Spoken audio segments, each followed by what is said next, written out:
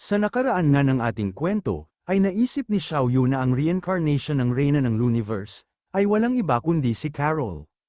Nabigla namang tinanong kung nag-aalala ba si Xiaoyu, nasaktan niya ang ating bida matapos bumalik ang lahat ng alaala niya sa kanyang nakaraang buhay, at malamang na yun ang dahilan kung bakit mo ako hinanap at kinakausap ngayon, tama ba tanong pa ni Carol kay Xiaoyu. Pero bigla lang namang hinawi ni Xiaoyu ang kanyang kamay, at sinabing tama nga siya. Sinabi nga din ni Xiaoyu na sa buhay umanong ito ni Carol ay masasabi niyang nasa iisang panig sila, at puro kabaitan nga din daw ang pinakita ng ating bida sa kanya, at sigurado umanong hindi siya kakayaning saktan ni Shu. Sabay sabi na hindi na umano mahalaga yun, dahil kung bandang huli ay magiging kaaway si Carol, ay siya mismo umano ang mga gagawa sa mga bagay na hindi kayang gawin ng ating bida.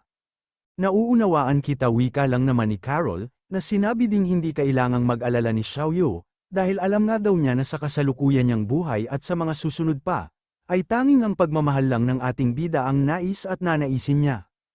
Kaya naman sinabi ni Xiaoyu na kung ganun umano, ay matagal na panahon pa ang kailangan niyang antayin, dahil sa ngayon ay nakafocus nga lang daw ang ating bida, sa paghahanap sa katotohanan at sa kanyang mga kalaban. Pero sinabi lang naman ni Carol na hindi na umano mahalaga yun, dahil ang mga cultivator na tulad nila ay namumuhay naman ng mahabang panahon, sabay sabi na mananahimik at maghahintay pa din siya sa ating bida. At dahil nga dito ay pansamantala silang natahimik, hanggang sa biglang sabihin ni Xiaoyu na ayaw niya talaga kay Carol, na sinabi namang ayaw din niya kay Xiaoyu sabay tanong kung gusto ba niya ng away. Samantala sa labas naman ng Dream World, at muling napapatanong si Shu sa kung ano ang nangyayari, ayon nga sa kanya ay 3 oras na umano silang nananaginip, pero bakit daw kaya hindi pa din tapos ang panaginip nila? Hanggang sa bigla nga siyang nakaramdam ng matinding kaba, kaya naman naisip ng ating bida na hindi na siya pwedeng maghintay pa, dahil lumalakas na din daw ang energy wave na nagmumula sa ruin, at pag nagbukas ang ruin habang tulog sila ay maaaring mamatay ang karamihan sa mga nandito. Agad nga niyang dinampot ang squirrel upang gisingin, pero mukhang masama ang pagkakagising nito at nakuha pang sigawan ng ating bida, habang tinatanong kung ano bang problema, kaya naman nainis si Shu at sinabi sa squirrel na ayusin niya ang pananalita niya. Pero bigla na nga lang ding nawala ang galit ng ating bida, matapos ma-realize na nakakapagsalita na ang squirrel, na masyado naman ang tuwa dahil magmula ngayon ay hindi na umano niya kailangang magsulat pa. Pero bigla naman niyang hinagis ang squirrel at sinabing manahimik na lang muna siya. Sinabi nga din ni Shu na bigla umanong sumakit ang ulo niya sa kanila, dahil parehas sila ni Chaos na matigas ang ulo at hindi maganda ang pananalita. Samantala tumutulo pa naman ang laway nila Zuan, na napapatanong sa kung paano sila nagising at kung bakit bigla umanong natigil ang panaginip. At matapos ngang makita ni Shu na nagising na ang lahat, ay napapatanong siya sa kanyang sarili kung anong panaginip daw kaya ang binigay ng squirrel sa kanila, sabay sabi na sana ay hindi magdulot ng problema ang binigay niyang panaginip sa mga tao. Nabigla namang nagsisigawan habang nagkukwentuhan, kung saan ay sinabi nga ng isa na napakaganda umano ng panaginip nila sabay sabi ding level 7 na umano siya, habang ang isa naman ay sinabi na mas malakas daw siya dahil level 8 na siya. Sinabi nga din ng mga ito na sana umano ay makabalik ulit sila sa panaginip nila, na tila isang novel umano ang kwento dahil sa panaginip nila ay sila ang bida, at hindi nga sila makapaniwala na pwede nilang ipalit sa pera ang mga sekreto nila. Dito ay naisip ng ating bida na mukhang nagkamali umano siya, dahil nung una ay iniisip niya na dapat ay makatotohanan ang panaginip para matrap ng matagal ang mga tao sa loob. Pero pinatunayan nga ng squirrel ngayon, na kahit hindi makatotohanan ang mga naging panaginip nila, ay tila nag-enjoy at nahumaling pa ang mga tao na muli ay nais makabalik o balikan ang mga panaginip nila. Agad nga ding sinabi ni Shu sa squirrel na nagkamali siya, sabay sabi na din na may magandang kinabukasan umano ang squirrel, sa paggawa at pagbibigay ng panaginip sa mga tao. Kaya naman bigla itong nagyabang at sinabi na magmula ngayon, ay dapat na siyang tawaging Dream Arc High-Tech ng ating bida, sabay tanong kung pwede na ba niya itong pagkakitaan kalaunan, pero muli ay sinabi lang naman ni Shu na ayusin muna niya ang kanyang pananalita.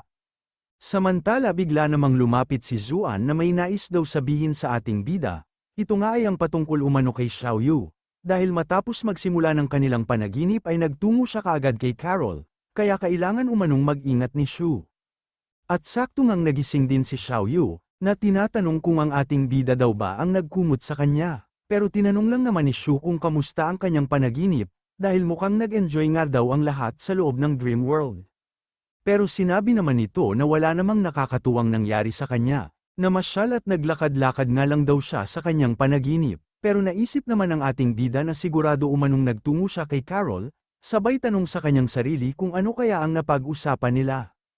Hanggang sa bigla niyang naisip na tanungin ang squirrel sa kung ano ang nangyari sa panaginip ni Xiaoyu, na bigla namang kinuha ang squirrel kaya nawala na umano ang pag-asa ng ating bida, na malaman kung ano ang pinag-usapan nila Xiaoyu at Carol. Hanggang sa biglangang umihip o bumuga ang malakas na hangin, kaya naman napapatanong ang ating bida kung saan daw kaya nagmula ang malakas na hangin, at kung parte din daw kaya ito ng kakaibang mga bagay na nagmumula sa ruin. Pero bigla nga siyang sinigawan ni Zuan, na napapatanong sa kung ano ang nangyayari dahil halos tangayin na sila ng hangin, sabay tanong na din kung bakit hindi umano naaapektuhan ng malakas na hangin ang ating bida at sila Xiaoyu. Pero ang hindi nila alam ay ginamit ni Xiaoyu ang kapangyarihan ni Anthony, upang ibaon sa lupa ang kanyang mga paa, habang ang ating bida naman ay masyado ng malakas kaya wala ng epekto ang hangin sa kanya. Dito nga ay iniisip ni Shu na ayon umano sa impormasyon na binigay sa kanya, ay tanging ang kakaibang magma o lava lang ang nakalagay sa report, pero ngayon nga daw ay mayroon na ding malakas na hangin. Naisip nga din ni Shu na kung sadya umanong ginamit ng dating hari, ang mga ruin upang itago ang mga kayamanan niya, ay maaaring ito na ang huli at pinaka-importanteng ruin, at naisip nga din niya na malamang umano sa ang kayamanan sa loob ng ruin na ito, at ang Wheel of Fire o apoy sa kanyang dibdib ay iisa ang pinagmulan. Agad nga ding sinabi ni Shu na kailangan nilang mag-ingat pag nakapasok sila sa ruin, dahil may pakiramdam umano siya na hindi kasing simple ng ibang ruin, ang ruin na ito dito sa North America. Sinabi nga din niya sa kanila, na kung hindi umano siya nagkakamali ay ito na ang huling ruin, na magbubukas o hindi pa nagbubukas sa Earth. Kaya naman napapatanong ang dalawa kung huli na daw kaya talaga ito, sabay tanong na din kung ang ruin kayang ito ay kagagawa ng mga taga-universe, pero saan daw kaya nakuha ng ating bida ang impormasyon patungkol dito. Ilang sandali pa ay sinabi naman ni Shu kay Xiaoyu, na kailangan niyang sumama sa loob ng tent dahil may kailangang ipakita ang ating bida sa kanya. At sa pag-alis nga nila ay biglang napatanong ang dalawa kung gaano pa daw kaya katagal ang hangin na ito, sabay sabi na din na tulungan naman daw sila ni Shu. Habang ang iba naman ay napapatanong sa kung ang malakas na hangin daw ba, ay talagang wala ng epekto sa mga malalakas na cultivator.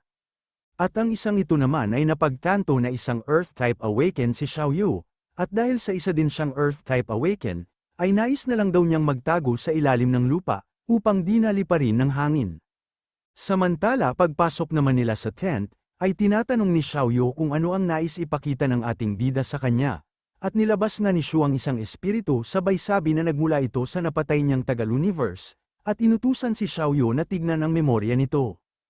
Agad namang ginamit ni Xiaoyu ang kanyang abilidad upang basahin ang memorya ng lalaki, pero masyado nga daw malabo ang mga nakikita niyang alaala ng lalaki, kaya sinabi niya sa ating bida na kailangan muna niyang maghintay. Samantala sa loob nga ng memorya ng lalaki ay isa-isang nilapitan ni Xiaoyu ang mga ito, pero matapos niyang piliting alamin o basahin ang alaala ng lalaki, ay biglang nawawasak at naglalaho ang mga ito. Kaya naman sinabi niya sa ating bida na mayroong mali sa alaala ng lalaki, bukod nga daw sa malabo ang mga alaala niya ay naglalaho din ang mga ito pag hinahawakan niya, kaya imposible silang makakuha ng impormasyon. Sinabi nga din ni Xiaoyu na hindi niya alam kung paanong nagkaganon ang memorya ng lalaki, pero sigurado nga daw siya na mayroong kung anong ginawa ang mastermind, upang itago at guluhin ang memorya o alaala ng lalaki. At dito nga ay na-realize ng ating bida na kung sino man ang mastermind, ay matagal na niyang alam na mayroon silang kapasidad na basahin ang mga memorya ng tao, sa pamamagitan ng kanilang espiritu at abilidad ni Xiaoyu. Mukhang talagang pinaghandaan ng mastermind ang lahat wika pa nga ni Shu, dahil sa alam nga daw ng kalaban nila ang lahat ng impormasyon patungkol sa kanila. At habang tumatagal nga daw ay nagiging malinaw sa kanila ang lahat, na kung sino man ang mastermind ay tiyak na hindi sila basta-basta sisuko o titigil sa kanilang ginagawa, at natahimik na nga lang ang magkapatid. Bigla namang nagbukas ang kanilang tent, at masyado nga ang iyak nila Zuan, habang sinasabi na nasa panganib daw sila ni Negrito pero hindi man lang sila tinulungan ng ating bida. Na tinanong lang naman kung tumigil na ba ang hangin, at oo tumigil na wika naman ni Negrito, sabay sabi na karamihan sa mga individual cultivator ay umalis para maghanap ng tent. Bigla namang sinabi ng ating bida na ayusin na daw nila ang lahat ng mga gamit nila, sinabi nga din niya na kailangan nilang lumapit pa sa Yellowstone National Park, dahil may mga kailangan siyang sabihin kila Negrito na hindi pwedeng marinig ng ibang tao. Pero tinanong lang naman ni Zuan, kung talaga bang aalis sila dito dahil may nais sabihin sa kanila ang ating bida, o aalis lang sila dito dahil iniiwasan niya si Carol. Dahilan upang bigla namang magalit ang magkapatid, at nakatikim nga siya ng sampal mula sa ating bida. Kaya naman sinabi ni Negrito na pag-uwi umano nila ay ibibili na niya ng insurance si Zuan, pero dapat ay siya nga daw ang beneficiary, dahil siguradong maagang mamamatay si Zuan pag panay ang pang-aasar niya sa ating bida. Kinabukasan nga makalipas ang ilang oras, ay napapatanong si Zuan kung paanong nasabi ng ating bida na espesyal ang ruin na ito, at kung paano din niya nasabi na magiging mapanganib para sa mga tulad nilang A-rank ang loob ng ruin. Pero sinabi naman ni Shu na sa totoo lang umano ay kutob pa lang niya ang lahat, sabay sabi na hindi din niya sigurado kung tama ang naging desisyon niya, na dalhin ang dalawa sa lugar na ito, kaya naman sinabi ni Zuan na wag naman silang takutin ng ating bida. Pero sinabi lang naman ni Shu na hindi niya tinatakot sila Zuan, sinabi nga din niya na si Xiaoyu ay magiging ligtas umano dahil sa dalawang maestro niyang espiritu, pero wag nga daw kakalimutan ni Zuan, na random ang lugar kung saan sila mapupunta pag nagbukas at pumasok na sila sa ruin. Kaya naman nasabi na lang ni Zuan na sayang daw, dahil wala nga silang paraan para makontakt ang isa't isa sa loob ng ruin, dahil kung magkakasama lang daw sana silang apat ay wala silang dapat ipag-alala. Sinabi lang naman ni Shu na wag na lang silang magiging pabaya, sabay sabi din na madaming hirap at pagsubok na ang nalagpasan nila, kaya siguradong kakayanin din nila ang lahat. Pero bigla ngang napalingon at napatalon sa gulat ang ating bida, nang dumating ang pinsan ni Carol na tinatanong kung bakit hindi pa sila nagpapatuloy sa paglalakad, sabay sabi na susunod lang sila sa ating bida. Agad namang nilihis ni Shu ang pinsan ni Carol, at nakita nga niya si Carol na biglang binaling ang tingin sa iba, at paglingon niya kay Xiaoyu ay bigla din siyang humarap sa iba. Kaya naman napapatanong ang ating bida sa kanyang sarili, kung ano umano ang napag-usapan ni Xiaoyu at Carol sa kanilang panaginip, at kung bakit kakaiba ang mga kinikilos nila. Napapatanong nga din si Shu sa kanyang sarili, kung ano pa daw kaya ang silbi ng paglipat nila ng pwesto, kung nakasunod naman sa kanila ang lahat ng miyembro ng Immortals, at siguradong mapapansin nga din daw sila ng ibang cultivator. Gayunpaman ay sinabi na lang nito na bilisan nila ang pagsunod sa ating bida, dahil patungo nga daw sila ngayon sa mismong sentro ng ruin. Kaya naman napapatanong ang pinsan ni Carol, kung bakit sila pupunta agad sa magiging sentro ng ruin. Bakit naman hindi wika lang naman ni Shu, sabay sabi na pagbukas ng ruin ay ang sentro din naman nito ang hahanapin nila, kaya mas mainam umano kung doon na sila magtungo agad, at baka sakaling makalamang pa sila sa ibang mga papasok ng ruin.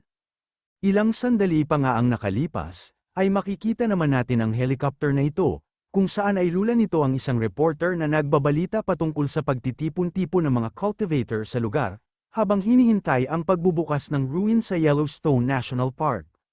Pinapanood nga din ni Master ang lahat ng mga kasalukuyang balita, kasama na din ang patungkol sa pagnanais sana nilang ma-interview si Nieting, pero tinatanggihan nga daw niya ang lahat.